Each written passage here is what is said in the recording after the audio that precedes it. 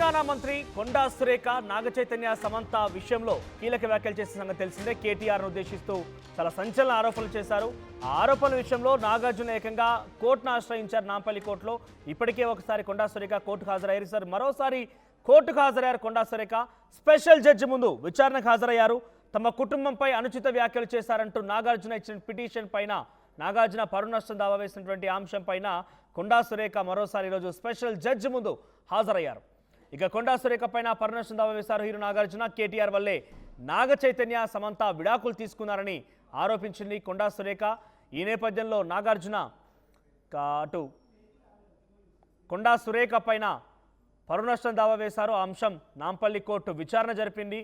గతంలో అటు ఎవిడెన్స్గా ఉన్నటువంటి వ్యక్తుల్ని కూడా ప్రూఫ్గా ఉన్న వ్యక్తుల్ని కూడా విచారించింది. వ్యక్తిగతంగా వారు విచారణకు హాజరై సమాధానం చెప్పారు. ఆ తర్వాత ఒకసారి కొండా సురేఖ కూడా వెళ్ళి తమ వాదన వినిపించింది. ఇప్పుడు మరోసారి నాంపల్లి కోర్టుకు వెళ్ళింది కొండా సురేఖ. నాంపల్లి కోర్టులో ఈరోజు స్పెషల్ జడ్జి ముందు హాజరైంది.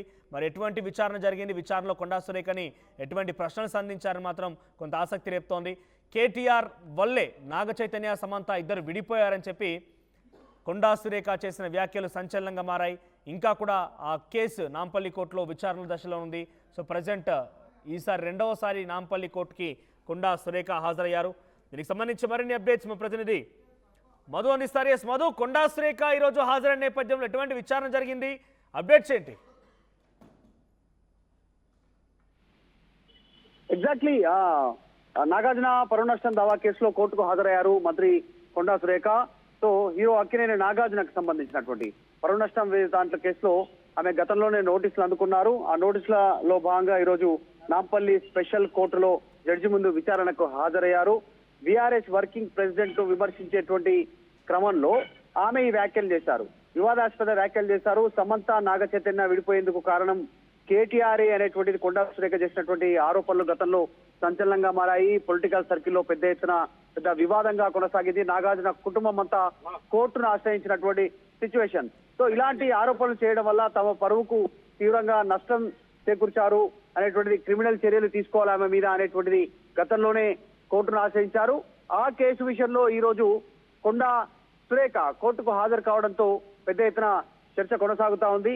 సో ఖచ్చితంగా ఆమె పైన క్రిమినల్ చర్యలకు అర్హురాలి అనేటువంటిది నాగార్జున తరఫున వాదించినటువంటి అశోక్ రెడ్డి గతంలో ఆయన వాదించారు. సో ఎట్టకేలకు ఈ రోజు కొండా సురేఖ మంత్రి హోదాలో, ఒక ప్రభుత్వ హోదాలో, అత్యున్నత హోదాలో ఉండి ఇలాంటి వ్యాఖ్యలు చేయడం వెనకాల ఆమె ఈరోజు కోర్టుకు హాజరయ్యారు.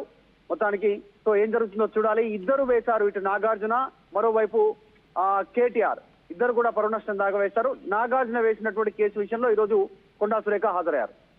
రైట్ మధు, సో కొండా సురేఖ హాజరు కావడంపై మరోసారి ఆసక్తి నెలకొంది. ప్రభుత్వంలో ఉన్నటువంటి కీలకమైన మంత్రిగా కొనసాగుతున్న కొండా సురేఖ ఒక మహిళ ఉండి కూడా ఒక మహిళ పైన, సమంత పైన రకంగా వ్యాఖ్యలు చేయడం సరికాదంటూ చాలామంది విమర్శించారు, ఆరోపణలు గుప్పించారు కొండా సురేఖ పైన. రెండు కేసులు దాఖలయ్యాయి. ఈ ఒక సంఘటన విషయంపైనే కేటీఆర్ ఒకవైపు డిఫెమేషన్ దాఖలు చేస్తే మరోవైపు నాగార్జున కూడా డిఫెమేషన్ దాఖలు చేశారు.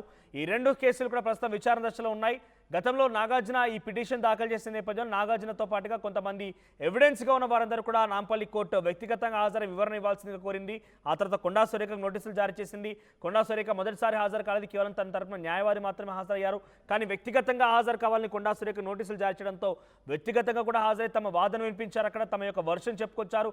ఈసారి రెండవసారి కొండా సురేఖ నాంపల్లి కోర్టులో హాజరయ్యారు. మరి ఈ విచారణ దశలో ఉన్న కేసులో ఏకంగా కొండా సురేఖ చేసిన ఆరోపణలు అంతా ఇంత కాదు. కేటీఆర్ వల్లే నాగార్జున సమంత విడిపోయారు.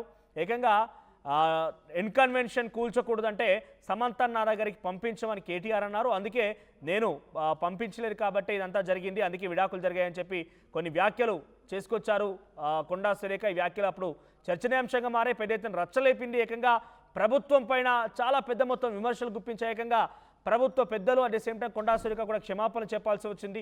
తాజాగా ఆ కేసు విచారణ దశలో ఉంది. రెండవసారి విచారణకు హాజరైన కొండా సురేఖ.